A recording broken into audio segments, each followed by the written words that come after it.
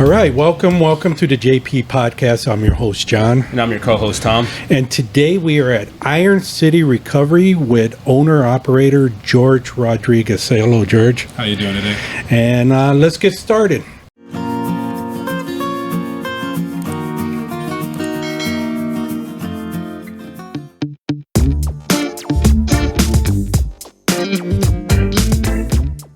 All right, George. Welcome. Very happy to have you. Thank you guys for having me. And just wanted to go over.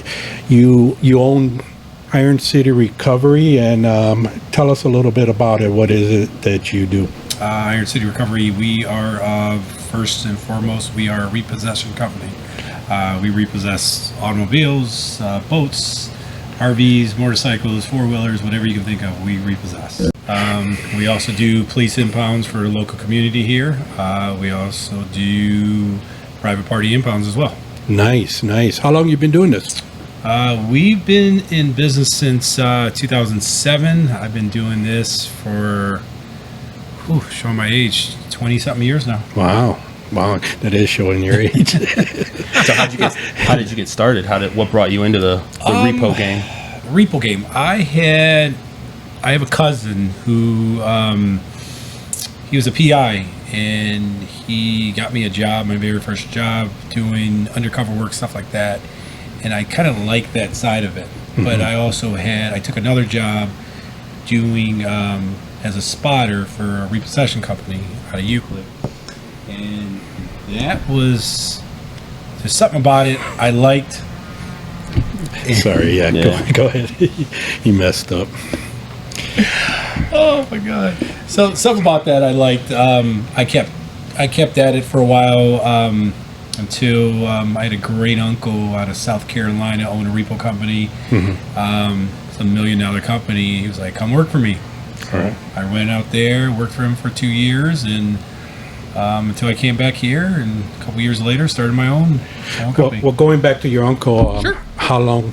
Or what were you doing there? Right? Tell us some about it. I was an agent manager there for about 2 years. I learned the business inside and out from him. I mean, pretty much what I've learned from him, or what I know to this day, is what I've learned from him. So okay, he's the one that taught me everything I needed to know. Wow.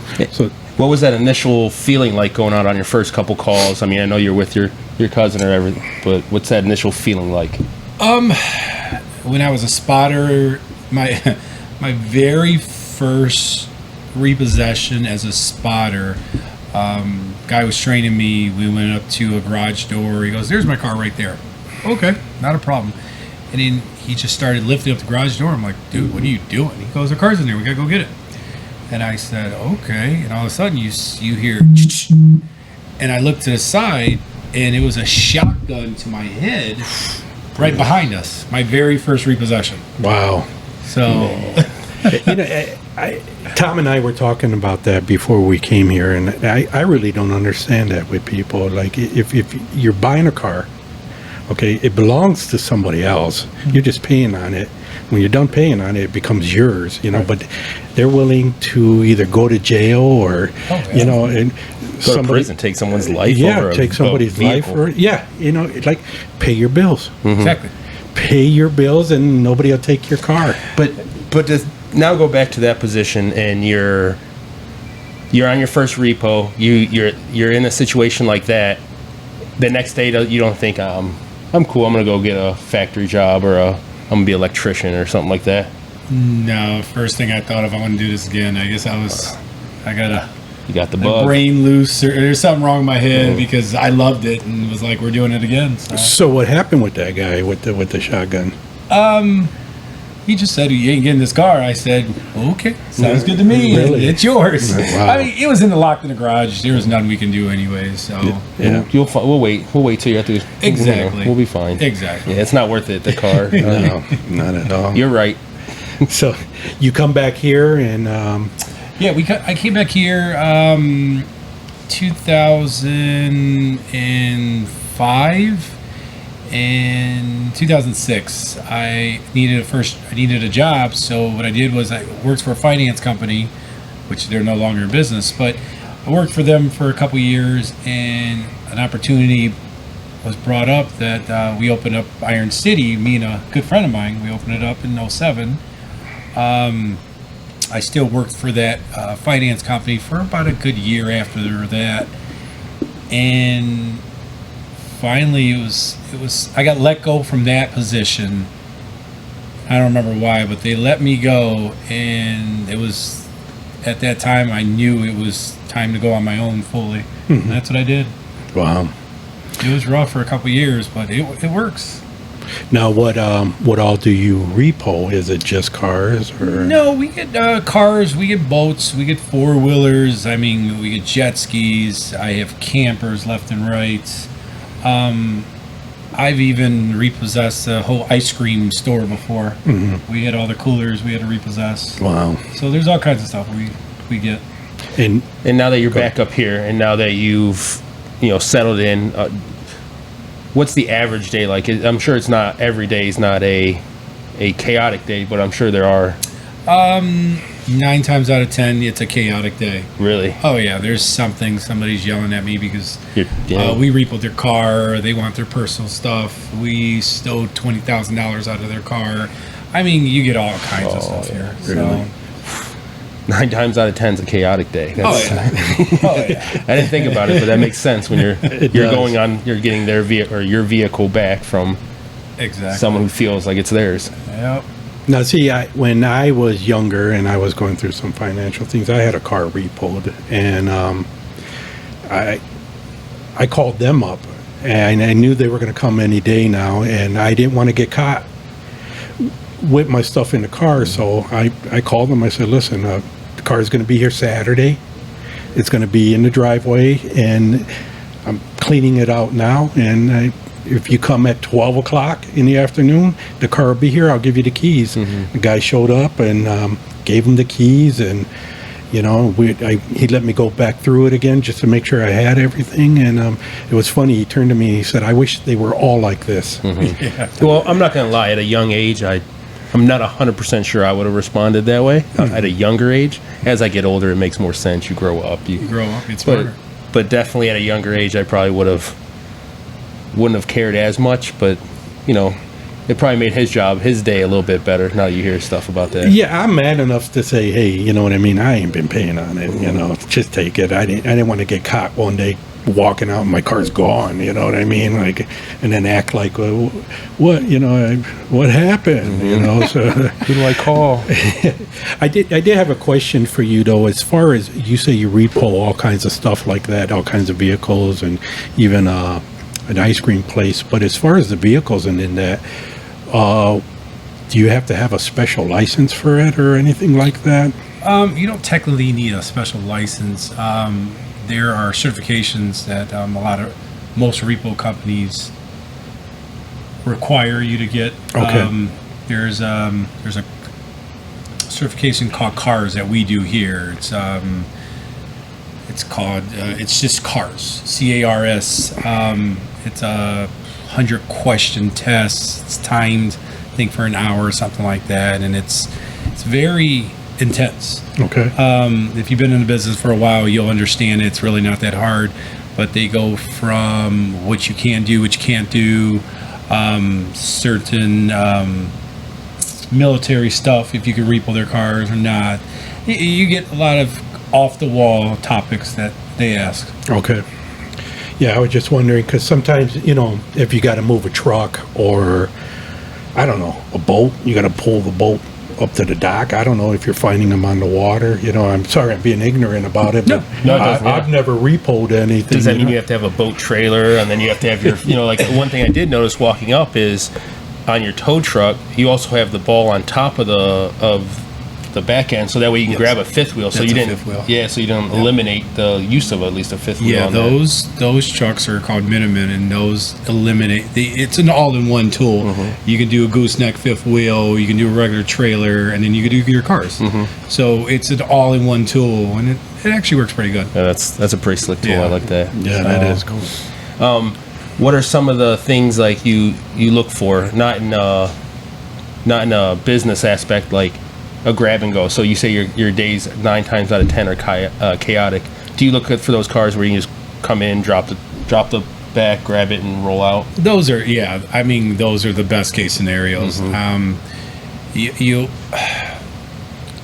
You'll get the times that, somebody's always screaming at you. What are you doing? That's their first question. What are you doing? Why are you taking your car? Or taking my car? And they right away assume you're stealing. It's like, no, you're not stealing. You're just not paying your bills. So we got to take your car.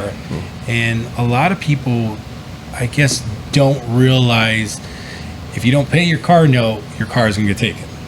So that's a lot of things we go through. And this is just a job. It's just a job. We're just the middleman. I was just going to say that. You're just the middleman. Yeah. Don't shoot the messenger. And that's what it is. We always get yelled at, shot at, whatever you want to say. That is crazy. Any other crazy stories like that since you've been back here in this area? I remember a couple of years ago, it was funny. I had this lady picked up the car. I had the car on the hook, and she wanted to get her stuff, and she started fighting with me. I'm like, "What are you doing?" Yeah. She grabbed a necklace I had with keys on it, and she's trying to choke me with that. It was kind of funny. That is crazy. It's crazy, some of the stuff you got to deal with. I think because they take it to heart, like, this is my car, regardless Right. if I paid for it or not. Exactly. I need it, so therefore that trumps everything. Yeah, whether I paid for it or not, Yeah, and it's not like we're trying to be insensitive. The first thing they always go is, how am I going to get to work? Technically, that's not my business. Right. We don't want to be insensitive. Like, I'm sorry, there's nothing we can do. But At the same time, I'm sorry, there's nothing we can do. Exactly. I got to do a job. Now, are your business local to where you're located, or is it you can go anywhere? We do Northern Ohio. Like, not down to Columbus, but we do Akron, Canton, north. Okay. And we do from Painesville to Sandusky, Huron, down that area. Okay. Now, you said you were towing, but you got out of that part of it. Oh, we still do towing locally. It's more of a pain, so we stick with local people. If you call me and we give you a price, that's the price. We're not going to negotiate and stuff like that. But Right. The most towing that we do is police impounds, and we stick with that. Now, I see in your lot, I'm sorry, were you going to say something? You're good. Go ahead. I see in your lot that you do have, a couple vehicles, nothing crazy, but what happens with those? Why do you end up having vehicles in your lot? Well, once we pick them up, we bring them back here. Then it's up to the finance company to turn around and set up an auction to pick them up from us. Oh, okay. So usually within a week or two, it's gone. Okay, so you're just staging Yeah, we stuff. store stuff here until it goes to the auction. It's not like you're picking something up and you're driving it to the bank and dropping it off. No. You might have some buy here, pay here, like the real small ones that want you to do that, but no, we don't do that. No, that's pretty cool. And then, do they give you an option to keep the vehicle as far as, hey, this is, it's not even worth us coming to grab? Or do you get stuck with that a lot? Very rarely. Yeah. You have these big corporations, they want their cars sent to the auction. That's how they make their money. They go from there. You might get a buy here, pay here out of state that's in California, and they don't want to come and get their car. They're like, we'll trade you your repo fee for the car. We're like, okay, not a problem. Yeah. So, but it very few and seldom that does happen. And that's for the long, like they said, they'd have to come up, get the car, pay for it to come back, and then sell it just to get their money even out of Exactly. it. Makes sense. So you're sitting here all day and you're like, we had to unplug the phone, but your phone is going off like crazy while you were here. It doesn't stop. It's nonstop 24/7. I used to, in the beginning, I used to have the phones forwarded to my cell phone, and I had to stop because it was I would get phone calls 2, 3, 4 in the morning from somebody saying, you repo my car. I'm like, that's not going to happen Yesterday. Exactly. I did yesterday. So. And that's crazy. We pulled up, and it was definitely a busy avenue, and it doesn't seem like it's slowed down anywhere after closing time. Oh, no. It's nonstop 24/7. You get trucks come in and out, like our trucks with repos come in and out all night long. So that's awesome, though. Yeah. That's money in the bank, though, as they say. Yeah, well, if you can get good help, I'll tell you that. We're like every other industry. We can't get good help. Explain a little more about that. You've been looking for some good guys ready, girls ready to work. I've been looking. since this pandemic happened, I mean, I've been looking for two extra agents left and right, and I can't find them.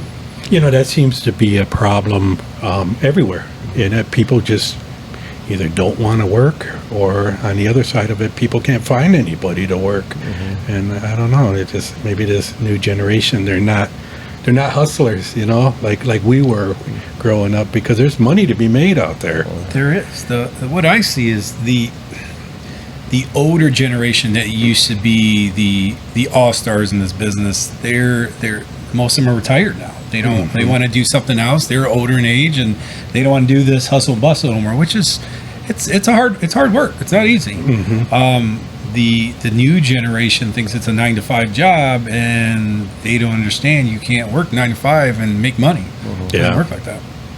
No, I totally, I don't get it. And I really just don't get it. So, you know, if I needed a job, you know, I definitely would call them, because actually you can talk to anybody. You know, it's like everybody's hiring. You know, if you have experience in you know, good record, we'll put the name and number up there. Feel free to give George a call and at least talk about some things. We're definitely we have his placard in the back over there, you know, so we're definitely gonna put up some stuff. And he's got a nice little video that I'm gonna try and get from him that he was posting on Facebook, and you know, I'm gonna put that on at the end, so I want to get that in there too. So on the business side of it, let's say, without getting too detailed, insurance-wise, I mean, you don't know what you're repoing or the insurance that covers such a, like, you said anything from a boat to cars to ice cream.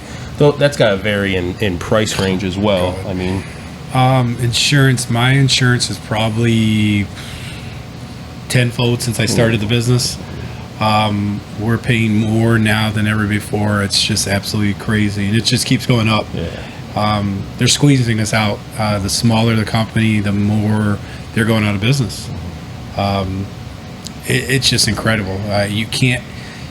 It's harder to be a bigger company with how much insurance is. It's insane, and it's a specialized side of it. And I think there's only 3 to 5 companies in the United States that cover repo companies. wow. so you have a very limited option. Oh yeah. And their prices probably don't vary too far from each other. They do not. You know, and it's guys like him, you know, the middleman, or the guy that's like, you know, I started my own business, you know, I'm not super rich, but I'm trying to make ends meet, and, you know, you're the type of guy that, you know, we need to take care of. You know what I mean? Not that this guy's, you know, needs to leave here and drive on a Cadillac, you know what I mean? Not that I want you to, you know what I mean? But you know what my daily driver is? Was that a tow truck. Oh, I know. I know. I talk to him a lot. You know, for people that don't know, we're related. Our mom's our sister. We're cousins, first cousins. And, you know, I remember when he was born, you know, so, you know, I love this guy, and to see him doing this, it's amazing. You know what I mean? Because I was a little bit older. I was into my own things, you know, and next thing I know, our family's huge, so you know, he's got a little business going on. You know, it's a legit business. We're in a business park. He has your lot next to us across the street. It's definitely a business. Yes, it's definitely moving. We walked up, and we got here a little before the time he told us, so we had to wait. We had to wait while they did their business stuff, you know, and nobody was really paying attention to us till it was quitting time, you know, and then they all smiled and waved at us as they left, you know. Exactly. It was time to go. 4 o'clock. No, this is pretty cool, and you know, you do everything. So you get you're set up so you get a call or an email from somebody saying that, you know, not saying a particular person, but you know, the city or something, like, say, we need this, and you go get it. Yeah, you gotta go get it. You gotta go get it, and you gotta figure out a way, or you gotta be set up in a way to get it, right? Yeah, we have to be set up with all kinds of tools, and I mean, if you see my shop, there's tools galore around here that something we need, we have. If not, I gotta go get it. Wow, that's good stuff. What's the coolest thing you've had so far? What's the coolest thing you've brought back to your property? In your opinion, yeah, just for repo, just for fun, just for fun was probably that Rolls Royce I picked up. Yeah. It was a $600,000 Rolls Royce picked up and brought it back here. I mean, it's probably the most expensive car I picked up. Oh, no, that's not true. Most expensive car was those trailers, the driving those driving buses. Oh, the Class A the RVs. Class RVs. Yeah. Oh my God, yeah. Those were what, close to $1 million RVs that we picked up. Yeah, I mean, we picked up a couple of those. And that's got to be a balancing beam there, where it's really cool to see that, really cool to repo it. It's all funny, but then you got, like we just talked about, insurance alone. Like then you're sitting there, you're sweating, you're making sure it's in front of the camera so everybody can see nothing happen to it. You're absolutely. I mean, that's the same thing. That one Rolls Royce, it sat right in front of the camera. Nobody's allowed to touch it. Yep. It's this big barrier, and we put cones around it just to be safe. Oh yeah, because you never know that one person. I mean.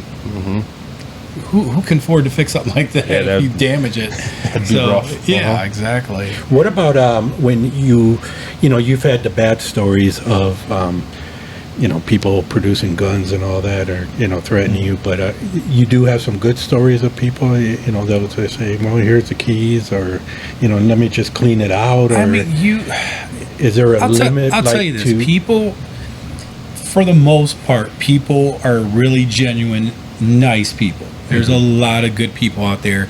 They understand why we're there. They understand, you know what, you're doing a job. Here's my keys. Can I just clean out my car? Oh, sure, you can do whatever you need. Get whatever you need. And I'm not gonna be there and like downgrade you or make fun of you getting your car repo. It happens. It happens to the best of us. I've repo cars from attorneys, doctors, whoever you could think of. And if we're there for a reason, we're there for a reason. Where it's not.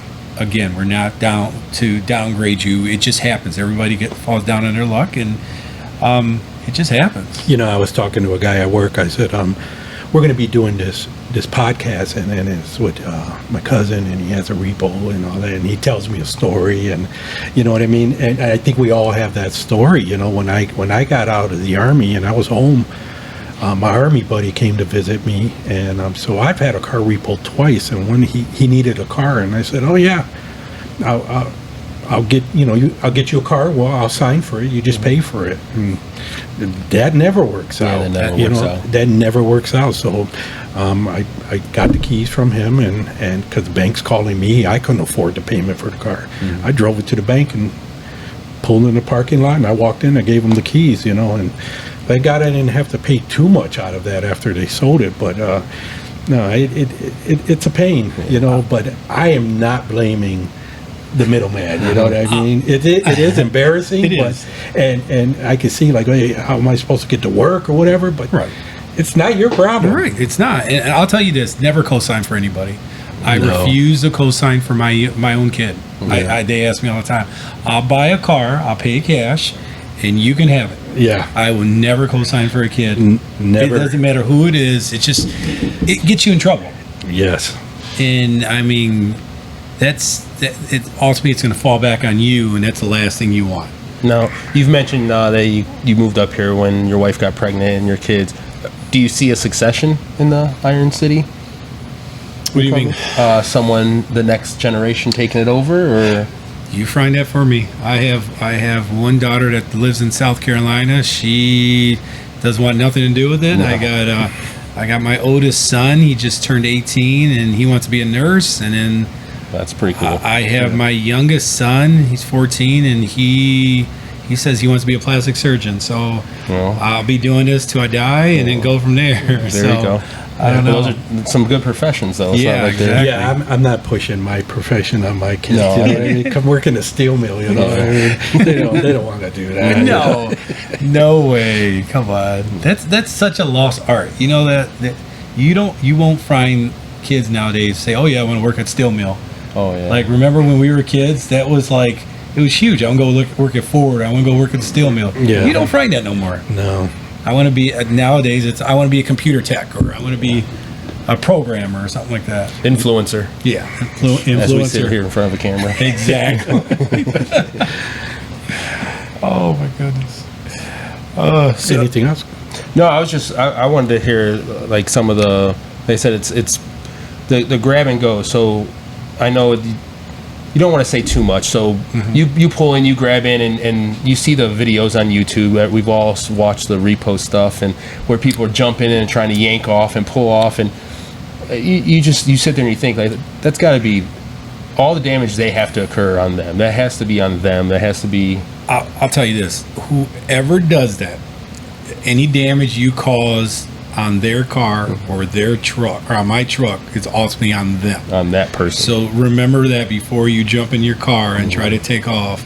Ultimately, I will be going after you for the damage you caused my truck, and my trucks are not cheap. And the damage, you're going to do a lot of damage to your car, and that's not cheap either. And trust me, I will never be responsible for that stuff. And that's not something you see often. It's just the few and far in between that lose it. Tend to emotionally lose it at the site. And that's the thing; they get emotion. It gets emotional at the time, and I get it. But you ultimately have to think with your head and just say, "Hey, I can get that car back tomorrow. Just pay what I got to pay, and you'll get the car back tomorrow." I mean, you go and damage your car. Okay, you might get away right now, but then you have a $10,000 bill you have to pay for. Do you ever get that customer who's trying to say, "Oh, this wasn't there, that wasn't there"? Do you get a lot of those? We get those sometimes. Once, I'll tell you this: we have cameras on our truck. Once we repo a car, that camera's on that car immediately. Once that happens, we get around the corner or we get to a safe spot. Pictures are taken immediately as well. So any scratch, ding, dent on a car, we actually know about it. If it's something that we've caused, which I'm not gonna lie, I've caused damage myself, pure accident. But we have pictures saying, "Oh yeah, we caused the damage, and I'll pay for it." It's my responsibility. Anything that happens here that I did, I take care of it. Well, and like you said, we walked in, we seen a lot of the movement, a lot of the business aspect going on, and I'm around cars. I see all the straps you guys have, all the pulleys, even the pulley winch from underneath, so it doesn't actually get tight up on the bumper. So it's all professionally done. It's definitely a professionally ran repo business for sure. I mean, nowadays, so you don't get in trouble with DOT, you have to have your straps, you have to have your light bar, you have to have chains on your car. You have to do it right. You're not gonna get away by half-assing stuff, and you're just gonna get in trouble. You're not just trying to get this car back to your lot. You safely and quality comes first. Exactly. That's awesome. Good to see. That's good stuff. I didn't even think about that, but that's why I have Tom on. Yeah, you got a smart man over here. I like this guy. If it was up to me, we'd be done at 5 minutes. Like, okay, thank you. Yeah, I know. Thank you. We're done. Goodbye. Hi, your name's George. Goodbye. Yeah. So let's see. Anything else? What do you have as far as plans for the future? Are you moving along with technology, or what's going on with any of that? Yeah, it's just technology is crazy for this industry. You have on the spot nowadays. You have anytime you repo a car on some of these finance companies we have, you have to immediately mark it on the hook, meaning within seconds of you picking up the car, pulling out of the driveway, you have to mark a button saying that you have that car on your lift. That's something new in this industry in the last couple, say 5 years, that's never been there before, but it shows your client that that you actually have possession of this vehicle, and there's no questions about it. Back in the day, we said, "Oh yeah, we repo the car and we're down the street still," or we're backing up to saying, "Yeah, we're repoing the car," and you can't do that no more. I guess it's a way for them to make sure that you're doing it honestly, yes, right? So that you're not, out there just taking people's cars and everything like that. I know it's not a law enforcement responsibility, but sometimes are you happy to see them cops driving around while you're repoing something, or or do you not see them, or something like that? They usually don't see us when we're in and out. Some cities require us to call prior. Some don't even care. Yeah. It just varies on the community you're at. I mean, how they act. I mean, I remember 10 years ago, I'm backing up to a driveway, and I'm trying to repo a car, and this cop just pulls up behind me. I was like, you need to go to this police station first. We're like, we already did. And they made a mistake on them. Dispatch didn't tell them, and he literally just pulled up behind me. I almost hit him. Wow. Because he thought I didn't go to the police department first. I'm like, dude, I already took care of that. And he goes, oh, okay. Oh, yeah. but other than that, that's very far and few. I mean, they're real supportive of you. They understand. They know our job. They understand how tough it is. But yeah, we usually don't have an issue at all with anybody.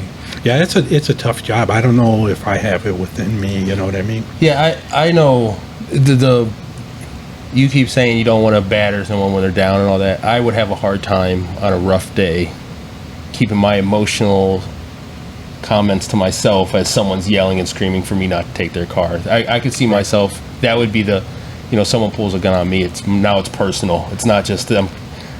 Obviously you can't do that in that situation, but that's where I could see that being my downfall in this business. Well, you just sympathize with the people. Just say, I understand where you're coming from, but you got to understand, I still have a job to do, and and be honest with people. I mean, I've been there. I've had. I think me personally didn't have a repo done on me, but my mom did, and I was that 17-year-old kid. And here's the keys. Didn't know any better. Yeah. And you feel the shame. You feel the embarrassment going through that repossession. But I mean, if you're honest and you tell them, hey, it happens to everybody. It's not a big deal. You'll get the car back tomorrow. Mm-hmm. I mean, you're honestly. That can happen. That's an option. It is an option. You pay for whatever you're behind. They'll give you the car back. Mm-hmm. It's not that easy sometimes, but that can happen. And then now here we are, years later, decades later. You're leading the whole company. You obviously have more stress than just a repo man. Is that passion still there? You still have that? You still enjoy this? It still has that adrenaline rush? Every now and then I'll go out and repo a car just to get away and get that rush. It's not like it used to be. I mean, I'm getting up there in age now. Just kind of want to just relax and not worry about that. But it's more for the younger crowd. But I just can't find the younger ones that have that passion, have that drive that I used to have. And it's a different era now in life. So it's completely different. You know, you say that, and I have my kids, and they went to college, and they're doing all that. But what got them motivated is once they got a home, and they're calling me constantly. How do you fix this? How do you do that? And eventually they all learned it themselves, and they, you know what I mean. They didn't get. I'm not saying they didn't have it like I had it growing up or anything like that, but I think sometimes it takes for you to be without. You have to be without before it wakes you up. So I think some of this generation. I'm not going to sit there and say these kids today because I watch my boys and I could say that about them at first, but now that they're getting older and getting their places, I mean, my one son works on cars, and I don't know how he does it because I don't know much about cars. You know what I mean? So, it's a cool thing, but. I really wish people would come out and work for you and everything like that. So, I see the atmosphere here when I walked in. That's what I'm looking at. Is anybody like really happy that quit in time? You know what I mean? I get it. You want to go home, but everybody seemed happy. Oh yeah. You know what I mean? They're all just like doing their stuff and everything like that. So I'll tell you this. It's a small family atmosphere. I mean, there's my wife that works here. We have a friend that works here. We have a new girl, and one of my longtime agents has been here since I've been in business for 2 years. So he's been here the longest. But it's a small company, but it's a small family company. Right. And we treat them all like family. We fight, we argue, but at the end of the day, they understand it's still business, but we're happy. Yeah. And we all make money, and that's all that matters. Good. That's some good stuff. So, yeah. And we're looking to fill 2 positions right now. That's what you'd like to fill with? I'm looking to fill 2 positions. I got 1 repo agent and then a tow truck operator. Okay. Nice. So. Well, I'm definitely going to be putting up his information at the end there. You got any more questions, Tom? And we talk about how I always end it real fast. I And know. he's like, I had a bunch of questions. Tom is the man. Tom, you want to hear about my jet ski story? I would love to hear about Yes, jet skis. yes. So we had a jet ski that was on a house that was on Lake Road. We had two of them. We had a repo, and we didn't have a trailer for it. So we had to take the jet ski, put it in the water, and then drive it from the person's house to the dock, and then put it on one of my tow trucks. And it was probably about a 5-mile drive in. Still cold outside. I'll tell you this. It was freezing. I was gonna say a 5-mile drive that had looped around and turned into about a 20 mile. Yeah, it took a good probably half an hour to get to a dock.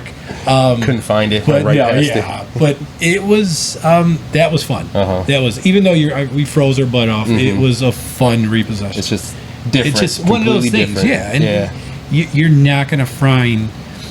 We don't do the same thing every day. Yeah. Something completely different. That's constantly. That's something that I would definitely be intrigued by as far as the business aspect of it goes. Like I said, not necessarily the confrontational part, but seeing different vehicles, seeing different types of cars. I seen you had an older school Camaro out there, and there's little things that you see that the fifth wheel, then you get along with the fifth wheel, and you go grab a fifth, and it's just something different. Like now I'm dropping that off, and I'm going to grab a freezer out of an ice cream shop, which is which is insane. interesting. That's interesting. Yeah, it It's is. just. It's different. And that's when he was mentioning four-wheelers, he's grabbed this, that, and I was like, wow, I didn't know if he needed a license for it or not, unless you're specializing.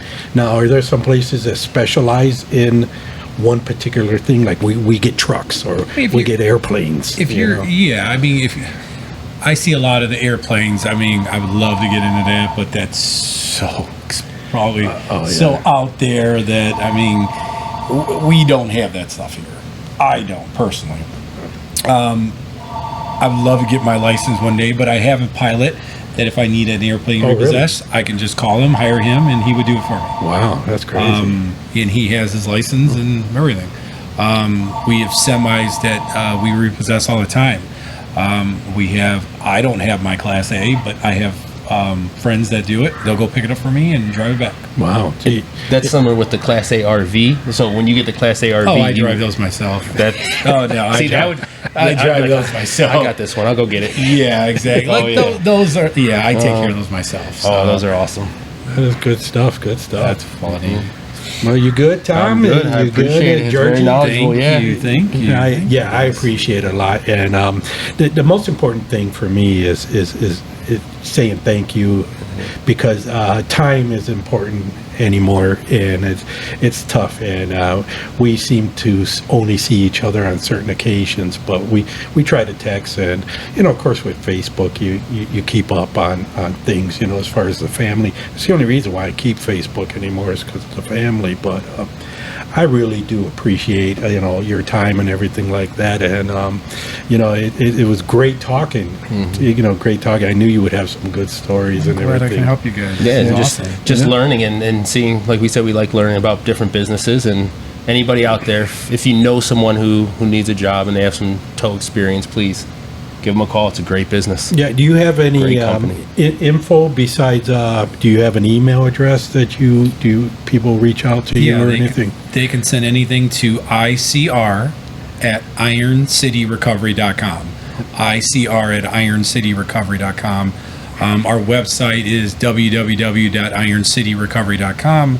Or they can just call George directly. The phone number is right behind us, 440-377-5036. Yeah, and I'm definitely going to be posting that along with that other video. That other video of one of your workers. That's a little teaser. I got to, okay, can I explain what happened first?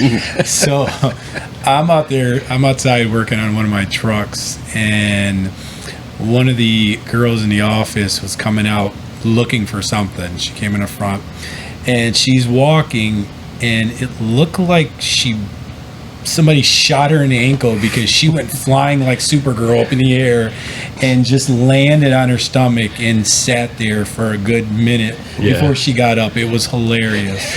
And we talk about the security cameras. That's what we got to see it on, was one of the security cameras. And the best part of the video is when she falls down, she stays there because she knows I'll be here for a minute. Yeah, and then you can see him in the background just walking, and then he loses it. I lost it. I couldn't. And she was mad because she was like, "You couldn't even come and ask me for help." I'm like, "No." At that point, I was done. There was nothing I could do. But. That's awesome.